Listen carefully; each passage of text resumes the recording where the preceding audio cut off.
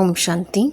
VK. Surajbhai அவர்களின் தாரணை வகுப்பு ஜனவரி 26, 2026. தபஸ்வி மூர்த்திகளாகிய நாம் அனைவரும் இப்போது நிராகார நிலையில் நிலைத்து விடுவோம். நமது தவத்தின் கடைசி நிலையை, நிராகார நிலையை சுலபமாக அடைந்து விட வேண்டியதுதான். அதற்காக நடந்து தெரிந்தபடி பயிற்சி செய்வோம். நான் அழிந்து போகும் இந்த உடல் அல்ல, நான் உயிரோட்டமான ஆத்மா ஆவேன். நான் மாஸ்டர் ஞான சூரியனாவேன், தூய்மை சக்தியின் சூரியனாவேன். நான் இந்த உடலில் அவதரித்திருக்கிறேன் என்று பயிற்சி செய்வோம். இதன் மூலம் மனம் அமைதியாக இருக்கும். வீணான எண்ணங்களிலிருந்து நாம் விடுபட்டிருப்போம். ஏனென்றால் வீணான எண்ணங்கள் ஆத்மாவை, மனதை, புத்தியை, மூளையை மிகுந்த பலவீனமாக்கிவிடுகின்றன.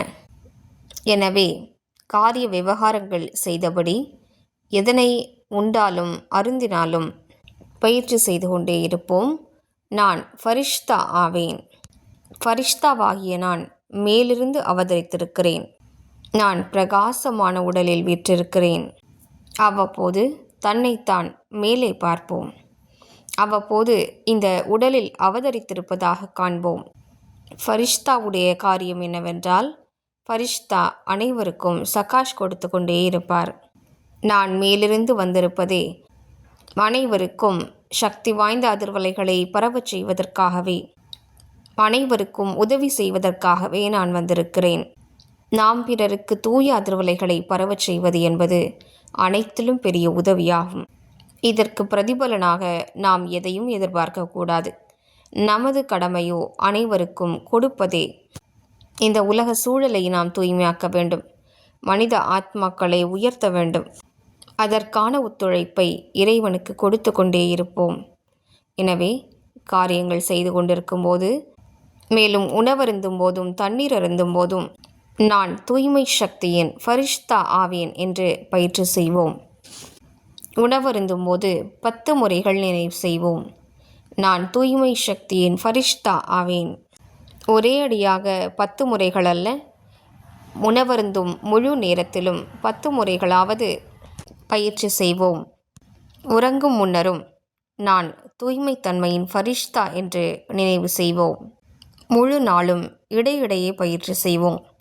என்னிடமிருந்து நாலாபுறங்களிலும் ஒளிமயமான கிரணங்கள் பரவி கொண்டிருக்கின்றன என்று நினைவு செய்வோம். இதன் மூலம் நமது எண்ணமானது தேகதாரிகளின் பக்கம் ஒருபோதும் செல்லாது. நமது பார்வை ஆன்மீகமானதாக ஆகிவிடும்.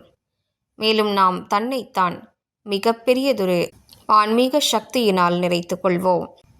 ஆன்மீக பார்வையின் மூலம் நாம் உலகத்தவருக்கு சக்தி வாய்ந்த அதிர்வலைகளை பரவச் செய்ய முடியும். நமது கிரணங்கள் நாலாபுறங்களிலும் பரவத் தொடங்குகின்றன. எனவே கர்மங்களை செய்தபடி எப்போதும் உயர்ந்த பயிற்சி செய்து கொண்டே இருப்போம். அதன் மூலம் நாம் இந்த உலகிலேயே இல்லை என்ற அனுபவம் ஏற்பட வேண்டும். சாட்சி பார்வையாளராக இருப்போம். இந்த உலகத்தின் விஷயங்கள் பாதிப்பை ஏற்படுத்தக்கூடாது. ஃபரிஷ்தா நான் மேலிருந்து வந்தேன். இந்த உலகில் என்ன நடந்து கொண்டிருக்கிறது என்று பார்க்கிறேன். இங்கிருக்கும் மனிதர்கள் எப்படி இருக்கிறார்கள்? கலியுக மனிதர்களின் மனங்களில் விகாரங்கள் பகிரங்கமான ரூபத்தை தரித்திருக்கின்றன என்பதை சாட்சி பார்வையாளராக பார்க்கின்றேன். இது என்ன இப்படி ஆகிவிட்டது?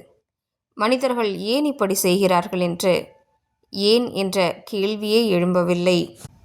சாட்சி பார்வையாளர் என்றாலே ஏன் என்ற கேள்வியிலிருந்து சதா விடுபட்டவர். அவர்கள் வெறும் பார்க்கக்கூடியவர்கள், ஆனால் அவற்றை பற்றி சிந்திக்காதவர்கள்.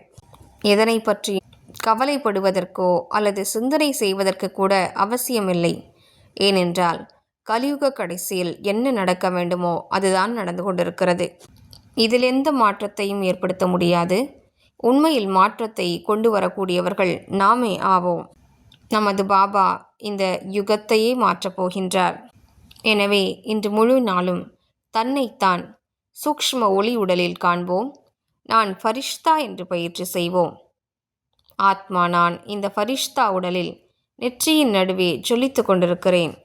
மேலும் எனது ஒவ்வொரு அங்கத்திலிருந்தும் பிரகாசம் பரவிக்கொண்டே இருக்கிறது. மேலும் பயிற்சி செய்வோம். சாட்சி பார்வையாளராக இந்த முழு உலகையும் பார்ப்போம். மனிதர்களின் நிலையை பார்ப்போம். மேலும் பயிற்சி செய்வோம். நான் ஒரு புறம் நின்று கொண்டிருக்கிறேன். எனது நெற்றியிலிருந்து ஒளிமயமான கிரணங்கள் வெளிப்பட்டு இந்த கலியுக மனிதர்கள் மீது பொழிந்து கொண்டிருக்கின்றன. இந்த கலியுக மனிதர்களை தூய்மையாக்கக்கூடிய காரியத்தை ஃபரிஷ்தா நான் மேற்கொள்கின்றேன். ஓம் சாந்தி.